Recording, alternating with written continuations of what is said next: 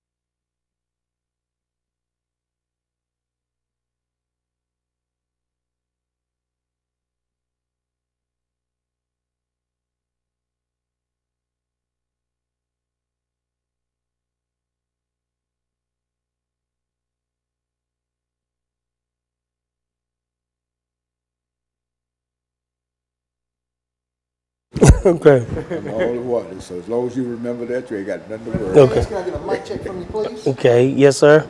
Just count to 10 for me. 1, 2, 3, 4, 5, 6, 7, 8. Good. Mr. Core?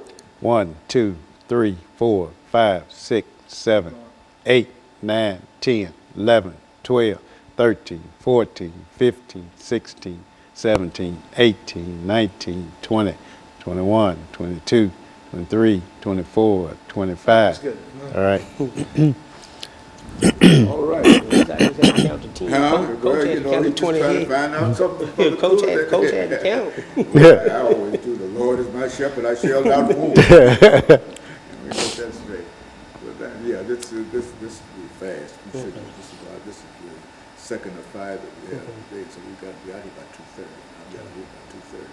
And so what we want to do during this first segment is talk about background, education, and experience. So say I'm Reverend Hayes, and I went through this and et cetera, about 2 or 3 minutes, summarize who you are. And then the same thing for you, Brother. Okay. And that'll give you an opportunity to talk about something that you know about. Right. So you don't have to say anything about it, you're saying it about yourself. Yes. And after that, we'll end that first 6-minute segment, and then we'll break for 2 minutes and come back with that 8-minute segment. And this is where we'll get into encouraging African-American youth.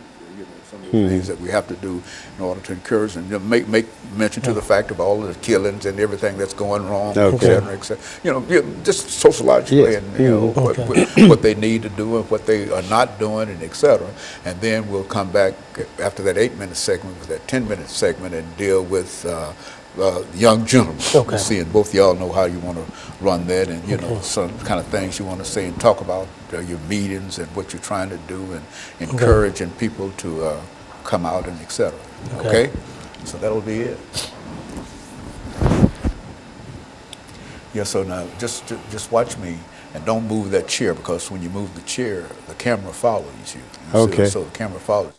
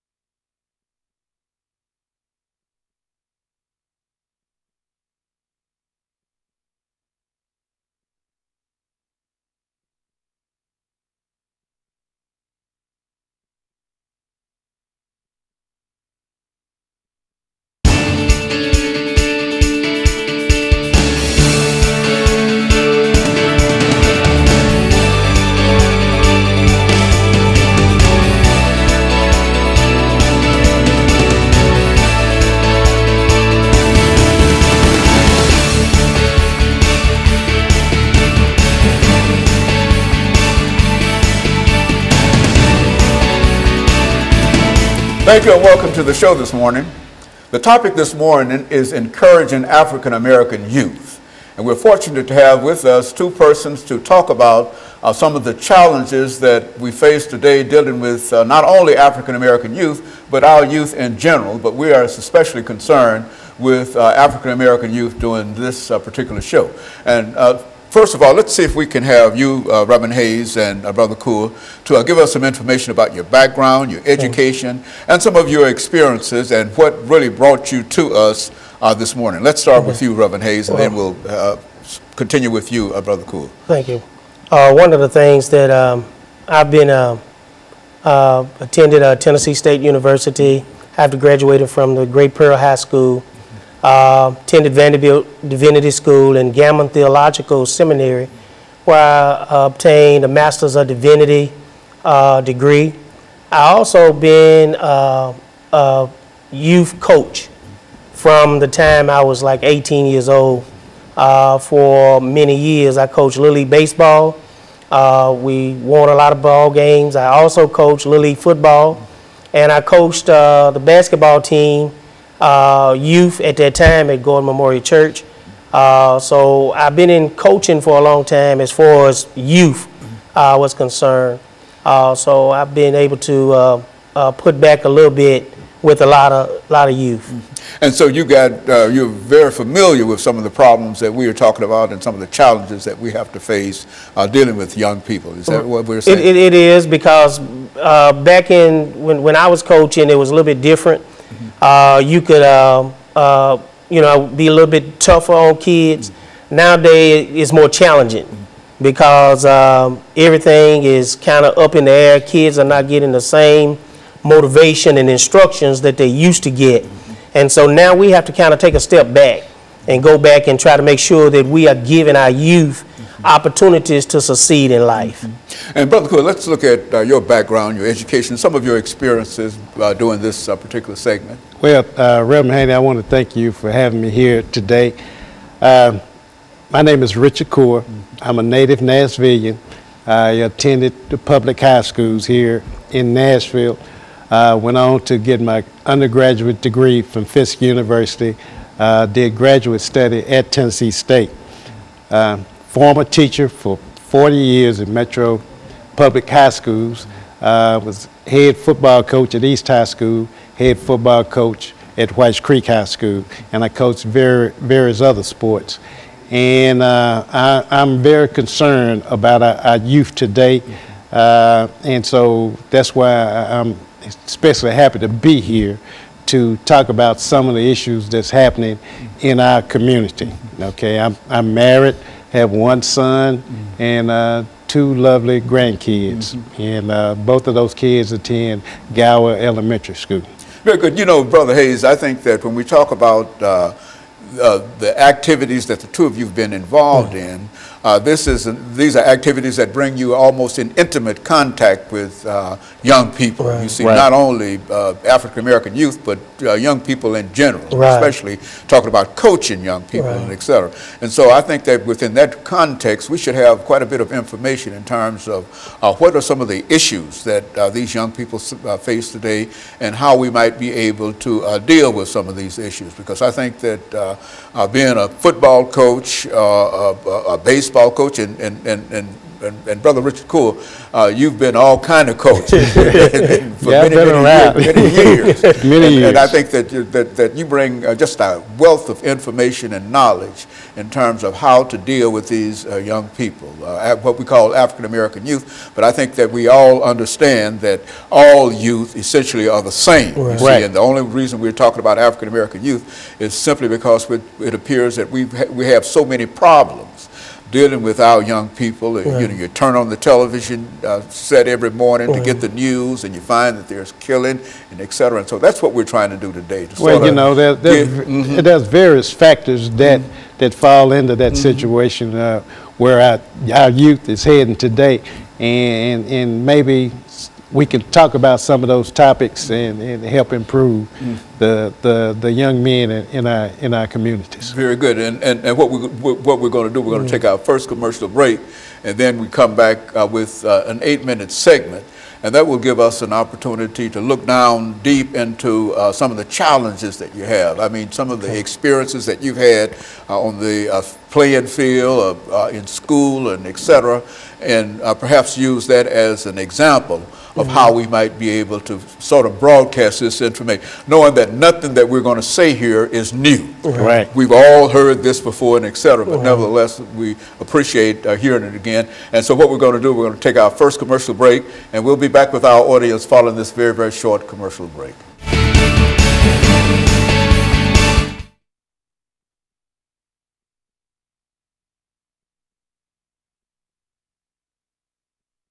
At 8 minutes, and we'll come back, and we're going to start with you, Brother Cool. Okay. And the purpose here is to talk about them. I mean, what did you do with them over at the East? You know what I mean? Yeah, you know the challenges. I don't have to tell you what you have to deal with. You see, and so and so then after he speaks for 2 or 3 minutes in reference to it, then Brother Hayes, you come back, and then we'll go back and let each of sort of feed off one another, and then we'll move toward that last segment, and then we'll talk about young gentlemen and et cetera. So I think that's a good way to deal with that. But basically, you know what to say about it. You know, some of the things that we have to do in order to encourage them and whatever. I think that's if we can start encouraging them to do right and go right, and et cetera, I think that's a good start. So this will be a 8-minute segment. 8-minute segment here.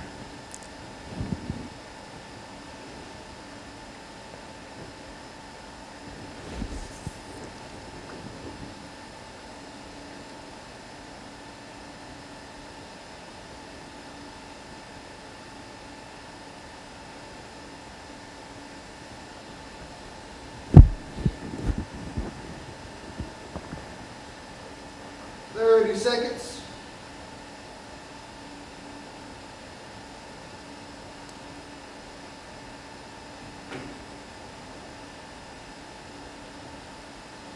Stand by.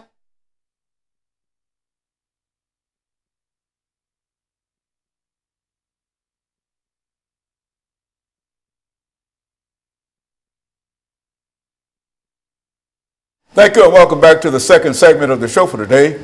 We're talking to Reverend Daniel Hayes and Brother Richard Coor from John Wesley United Methodist Church, we might add, because I think that both of you play significant roles in terms of your church experiences dealing with these youth and their aspirations and et cetera. And so what we'd like to do now, Brother Coor, is to have you to start us off by giving us some information in reference to what you have done over the many years in terms of dealing with young people and how you know, some of the things that you do. Well, first of all, I was a wellness teacher at East and Whites Creek High School, and we dealt with various type of topics about sexuality and dealing with conflict resolution and dealing with drugs and various other topics. And I've experienced firsthand how violence in our community, along with drug use, has contributed to where our young people are today. Now, there's a reason for this. Most of our students were on the low end of the socio-economical level, and a lot of times, you know, money can put people at ease, and lack of money will want people to go out and do things illegally in order to feel good about themselves. And this is one thing that I try to teach, is that we have to be productive citizens that will contribute to society, give back to society, and not just go out there and break laws, and even though you may disagree with some of the laws, but there's certain rules and regulations, excuse me, that we have to live by. And I try to be a role model and carry myself as a head football coach and have rules and regulations for my football team, and said these rules will apply to society. Now, if you can learn to live under these rules, you should be productive as you go out and when you graduate from high school, start a family, and be a role model of your own. Mm-hmm. And so they need some kind of guidance, or somebody to lay down some rules and regulations, and you find that you can do that best within the coaching kind of situation. Yeah, definitely need guidance. And I always tell this story. We had an athletic banquet at Whites Creek, and we had Joe Gillum Sr., he's former coach, head coach at Tennessee State University. And he came to speak with us, and he told us that we need more men to be role models to our sons. He said women or mothers raise their daughters to be like them. They take them shopping, they teach them how to cook and do various other things. And you don't see our fathers out with the sons in the community, you know, in the mall or going to some type of event, taking part with their sons and showing them how to be responsible, showing them that, you know, it's okay to act this certain way. You don't have to act like your friends down the street. And so we need more men to be the role models for our youth today. And Reverend Hayes, I understand that you've had an extensive coaching career. Not only are you involved in the ministry, but you consider yourself a coach, right, in a real right. sense. And so what, in terms of meeting those challenges, what do you do in terms of talking to young people? Well, one of the things that during my time that I was a Little League coach, baseball and football coach, I was very strict. Had a lot of rules, as Coach Core was saying, had a lot of rules, and my players had to walk by my rules. Also, I had a relationship with the parents, and a lot of parents, if the kids would miss school, because I did a lot of coaching, most of my boys came from, at that time, either Preston Taylor or John Henry Hale. And if their parents had any problems with them, they would always call me.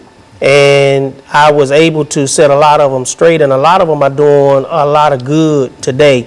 And so I think, as Coach said, that we have to stand up and take more of a role in our young men and young women's lives, so they can be the people that we want them to be, but not just us, but that God wants them to be.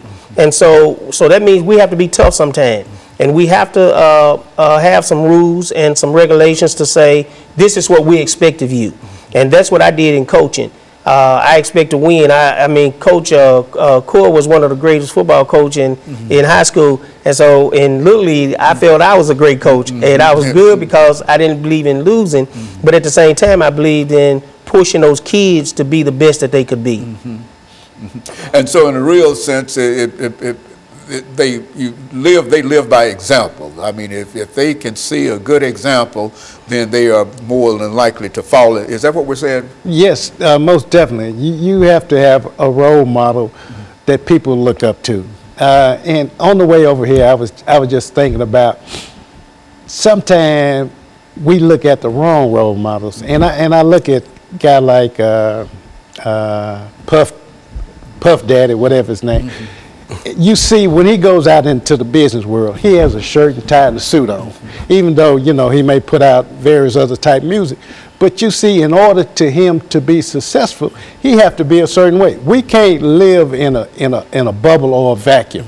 You know, we have to reach out to various aspects of our community. You just can't live here and expect you carry yourself a certain way. You know, there's sometimes that, you know, you can relax and let your guard down and hang out with your buddies, but when it's time to go out there and in the professional world, you have to be able to communicate and present yourself in a professional manner. The crunch time, is that what we're talking about for the most part? There's certain things that you have to know, and certain activities and certain actions that you have to be able to take. And you have to also be willing to go the extra mile, because kids are looking for someone to lead them. They're looking for someone to show them the right way. Or they need someone. Or they most definitely need someone. You know, when people would when I was coaching Little League baseball at White City Park, and my team, I could walk off and go talk to other coaches and tell my team to sit on the hill. I knew my boys was going to sit on the hill, because if they came off the hill or they did something wrong, they knew they were going to be running about 10 laps at the next practice, because we believed in trying to teach them the right way. And that's what we have to do, go step back now and teach our kids nowadays to do things the right way, so they can be all that they can be. And if we don't do it, then we're going to continue to lose our kids. And of course, we're getting ready for this second commercial break, Brother Cool. And when we come back, we'll have an opportunity to get into a program, Reverend Hayes, I think that you have dealing with young people. And we'll be back with our audience following this short commercial break.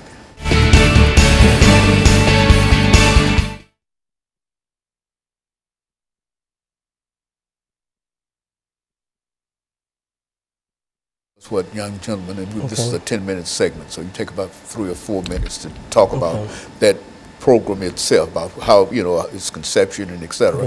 And then you sort of buy into that, because you've also operated with this program and et cetera, sort of feed into what he has to say. And we'll sort of do that for the next 10 minutes. But this is your show, dealing with your particular program and how you want people to respond to that. If you want somebody, you know, the people in the congregations or the the greater community, et cetera, to become involved in it, lay out some information as to how they might be, get in touch with you and that kind of thing.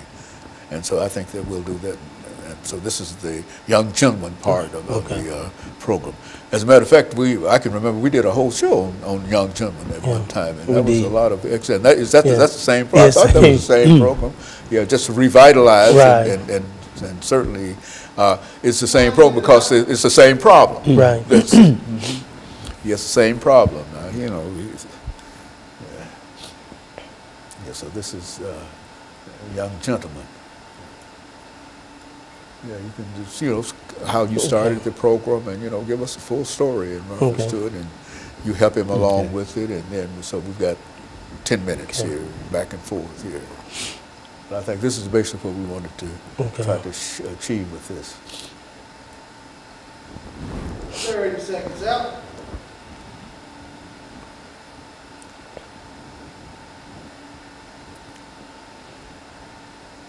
Stand by.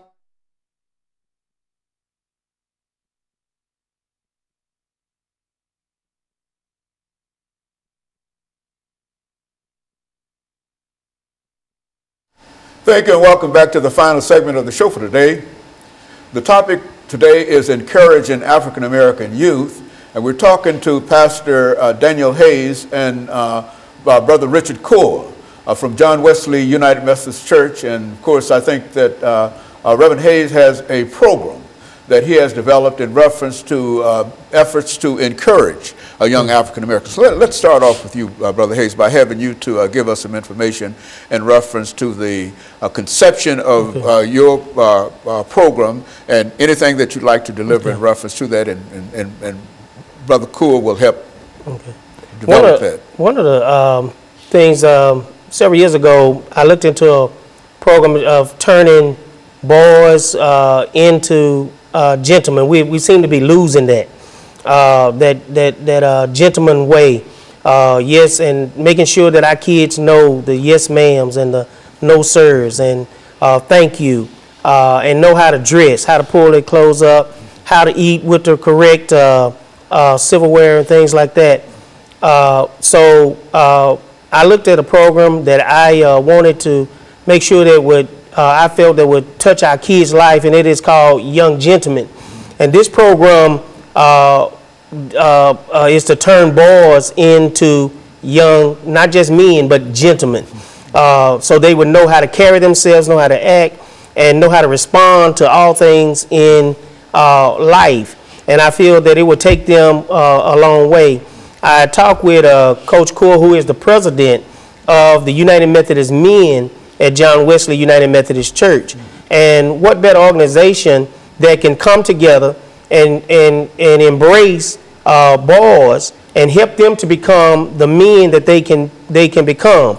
So the United Methodist Men is just excited about helping the boys in our community, and we want everyone to know it's not just about John Wesley.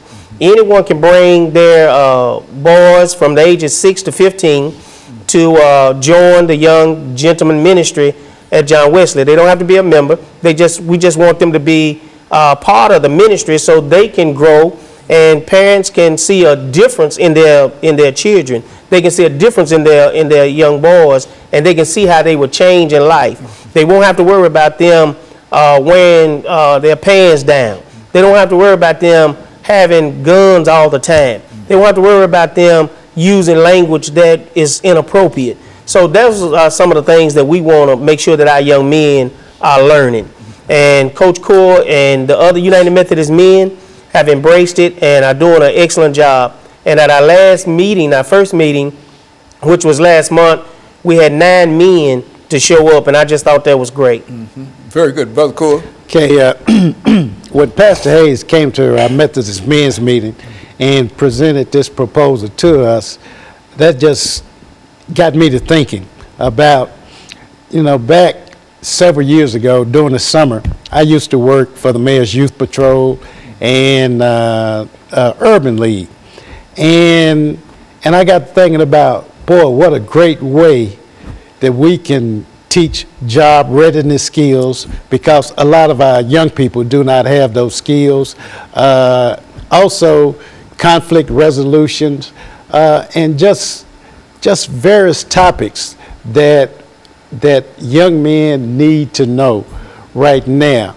Also, building self-esteem. Positive self-esteem is one of the big things that we need to have, because if you don't believe in yourself, you're not going to go out and be able to present yourself in a successful manner.